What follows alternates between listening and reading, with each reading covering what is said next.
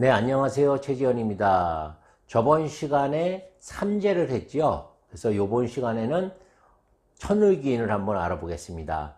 가장 대중적이고 안 좋다라고 한 삼재를 했고, 오늘은 이제 천을기인, 가장 좋다는 천을기인을 할 텐데요.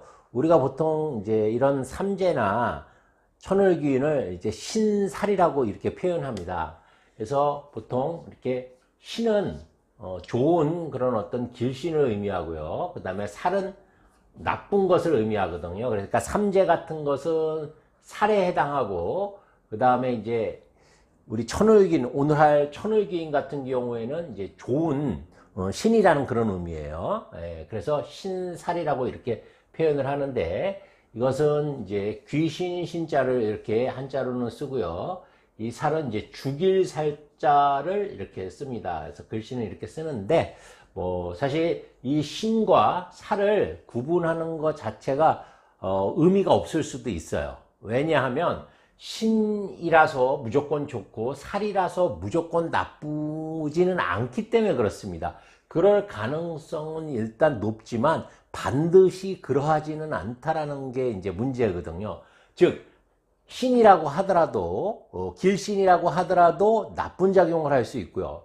또 살이라고 하더라도 또 흉살이라고 하더라도 때로는 좋은 작용을 할 수 있기 때문에 사주는 이렇게 단순히 신살로만 이렇게 판단해서는 안 된다는 것을 먼저 한 말씀 드리고 시작하겠습니다.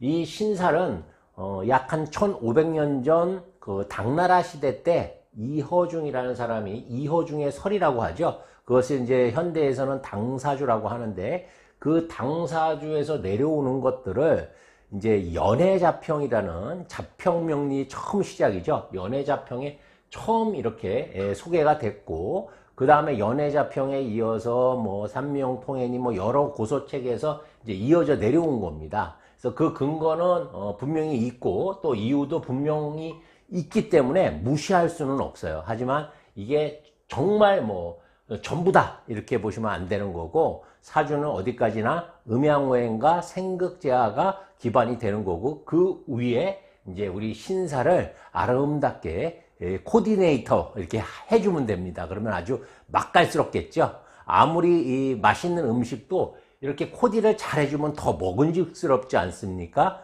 예, 그렇듯이 이 신살, 뭐 12운성, 12신살 뭐 이런 것들은 전부 다 코디라고 생각하시면 돼요. 음양오행에다가 한번 코디를 한번 해보겠습니다. 저번에 배웠던, 저번 시간에 올려드렸던 삼재가 이렇게 살의 대표적이라고 하면 이 천을귀인은 정말 좋은 거에 아주 대표주자라고 할 수 있어요. 그래서 많은 분들이 사주를 잘 몰라도 삼재랑 천을귀인은 알고 계세요. 특히 이제 제일 좋은 거는 천을귀인이라고 해서 천을귀인이 있으면 뭐 다 좋다, 안 되는 일이 없다, 또 혹은 흉신이 들어와도 길신으로 전부 다 바꿔주는 그런 어떤 기운이 있다.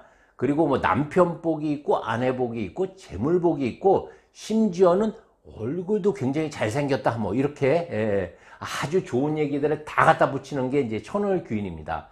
그렇다 그러면 실제 정말 천을귀인이 그런 기운이 있는지, 또 실제 그런지 한번 상세하게 알아볼 텐데요. 요번에는 천을귀인이 이제 10간이 있으니까 10개가 있으니까 끝에서부터 한번 해보겠습니다. 매일 제가 이제 월운을 올리면 간목부터 시작했는데, 천을귀인은 개수 임수로 한번 시작을 한번 해보겠습니다.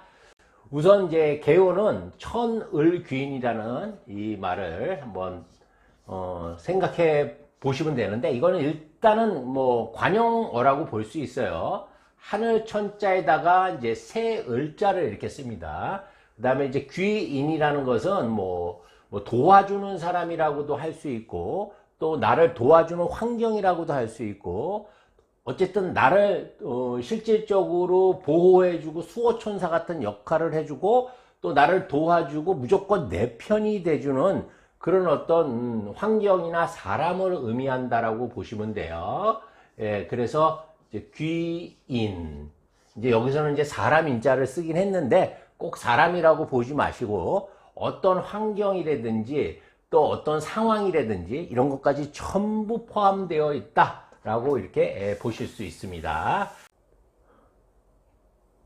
계묘는 이렇게 식신이 장생으로 들어와 있습니다. 식신이 장생으로 들어와 있다는 것은 말로 하는 직업이 굉장히 잘 맞는다는 그런 의미가 있겠죠. 왜 그러냐? 말을 이쁘게 합니다. 식신이 장생으로 되신 분들은 기본적으로 말을 이렇게 꾸며서 데코를 입힌다고 하죠. 그래서 아주 이쁘게 상대방이 듣기 좋게끔 순화시켜서 하는 그런 어떤 언행의 그런 어떤 기능이 있어요. 그러다 보니까 먹을 복도 많이 생겨. 그래서 우리 개묘일주들은 이제 식신이 장생으로 있어서 우선 식복이 있고요. 어딜 가나 먹을거리가 있고, 그 다음에 어딜 가나 일거리가 있고, 또 자식복도 있습니다. 자식복도 있고, 그 다음에 이제 말을 이쁘게 한다. 이쁜 말, 이쁜 말.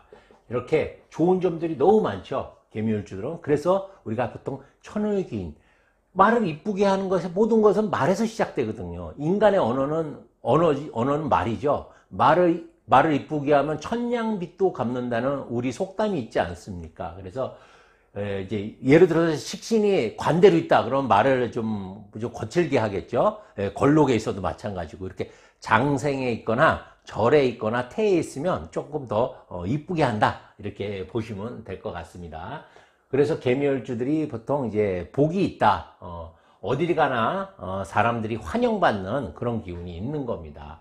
그리고 이 관계를 보면 이 개수라는 것은 정신적인 영역이에요. 정신적인 영역. 임수도 마찬가지지만 이 수의 영역은 정신의 영역이고, 이 정신이라는 것은 어둠 속에서 이루어지거든요. 우리가 눈을 감고 있어야지, 명상할 때도 눈을 감고 하지 않습니까? 그래서 꿈을 꿀 때도 눈을 감고 하지 않습니까? 또 상상을 할 때도 눈을 감고 주로 많이 하죠. 그래서 이런 정신의 영역, 자기의 이상이나 꿈이나 또 희망이나 이런 소원 같은 것들을 전부 다 우리가 보통 개수라고 할 수 있어요. 그런데 개수는 좀 팔다리가 없어. 너무 약해요. 자기 자체가 너무 약하기 때문에. 그래서 우리가 개수지약이라고 이렇게 보통 표현하지 않습니까? 적전소에서도.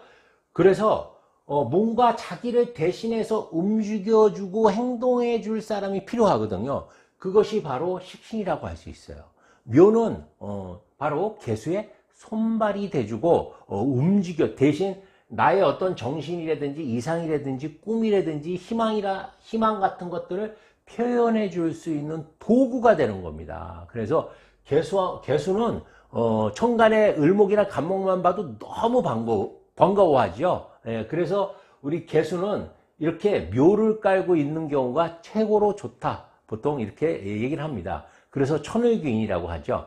그래서 이렇게 개묘 같은 천을귀인은 근거가 있는 거예요. 이유가 있는 거예요.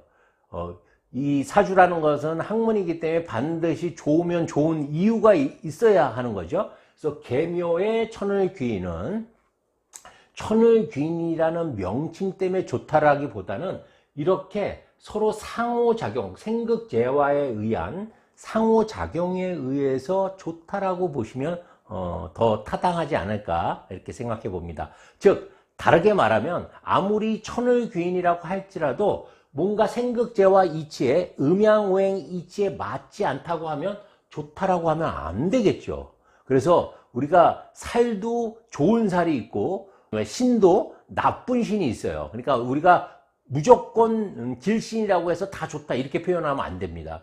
또 흉신이라고 무조건 다 나쁘다라고 이렇게 표현해도 안 되는 거예요. 저번 시간에 제가 삼재 시간에 말씀드렸지만 이 삼재 때 오히려 돈 벌고 병도 낫고 일도 잘 되는 분들이 얼마든지 많거든요. 그러니까 그런 거에 현혹되시면 안 된다라는 거.